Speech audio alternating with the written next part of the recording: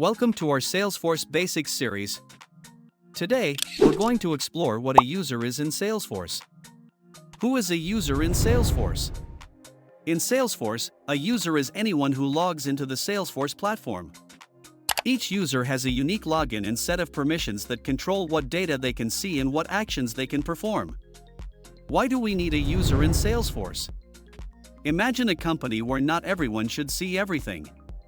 For instance, your finance team needs access to billing information, while your customer service team needs access to customer profiles.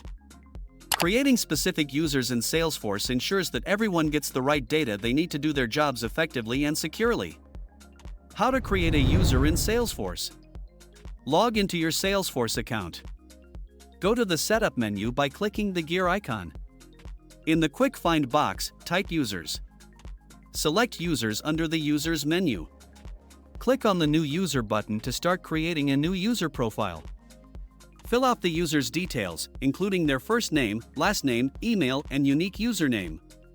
Alias and nickname auto-populates. Select a user license for your user. Assign a role. Choose a profile that matches their job functions. Choose the appropriate time zone and language. Once all details are correct, save the user.